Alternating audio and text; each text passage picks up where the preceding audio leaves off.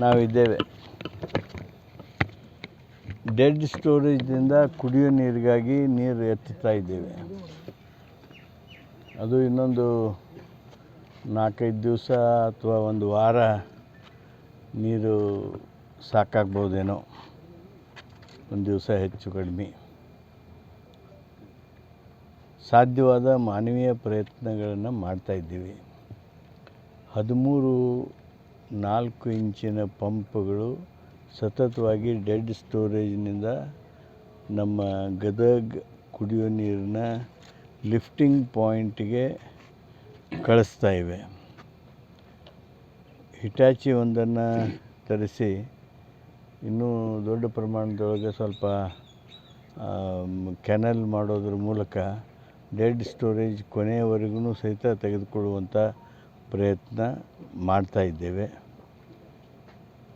ನೀರು ಕೊರತೆ ಭಾಳ ಇದೆ.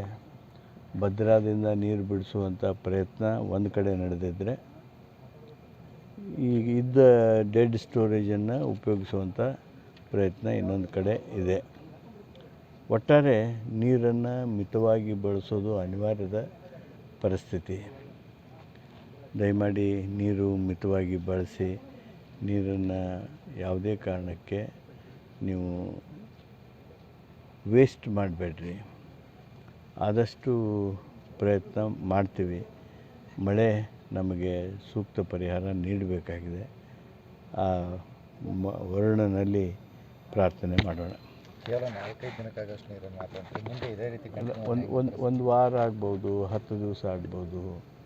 ಸಣ್ಣ ಪುಟ್ಟ ಏನಾರ ಮಳೆ ಆತಂದ್ರೆ ಹರಿದು ಬರ್ಬೋದು.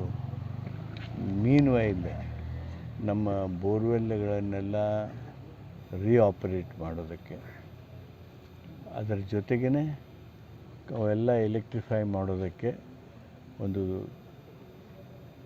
ತುರ್ತಾಗಿ ಎಮರ್ಜೆನ್ಸಿ ಮೇಲೆ ಅವುಗಳನ್ನು ಪ್ರಾರಂಭಿಸುವಂಥ ಕ್ರಮ ನಮ್ಮ ಗದಗದಲ್ಲಿ ಹಾಗೂ ಗದಗ ತಾಲೂಕಿನ ಮಟ್ಟಕ್ಕೆ ಅಥವಾ ಗದಗ ಜಿಲ್ಲೆ ಮಟ್ಟಕ್ಕೆ ಎಲ್ಲಿ ಮೋಟ್ರ್ ಸುಟ್ಟು ನೀರು ನಿಂತಿದೆ, ಈಗ ನಮ್ಮ ಗ್ರಾಮಾಂತರ ಭಾಗಕ್ಕೆ ನೀರು ನಿಂತಿದೆ, ಅದನ್ನು ಸಹಿತ ತಕ್ಷಣ ರಿಪೇರಿ ಮಾಡೋದಕ್ಕೆ ಏನು ಮಾಡಬೇಕು ಶಿವಮೊಗ್ಗ ಕಳಿಸಿ ಅದು ಆಗ್ತಾಯಿದೆ.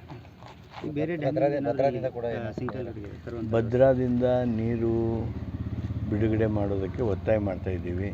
ಸನ್ಮಾನ್ಯ ಮುಖ್ಯಮಂತ್ರಿಗಳಿಗೂ ಈ ಕುಡಿಯೋ ನೀರಿನ ಸಮಸ್ಯೆ ಕಾರಣ ಒಂದು ತುರ್ತಾಗಿ ಕ್ಯಾಬಿನೆಟ್ ಸಭೆಯನ್ನು ಕರಿಬೇಕು ಅಂತ ಒತ್ತಾಯ ಮಾಡಿದ್ದೇನೆ.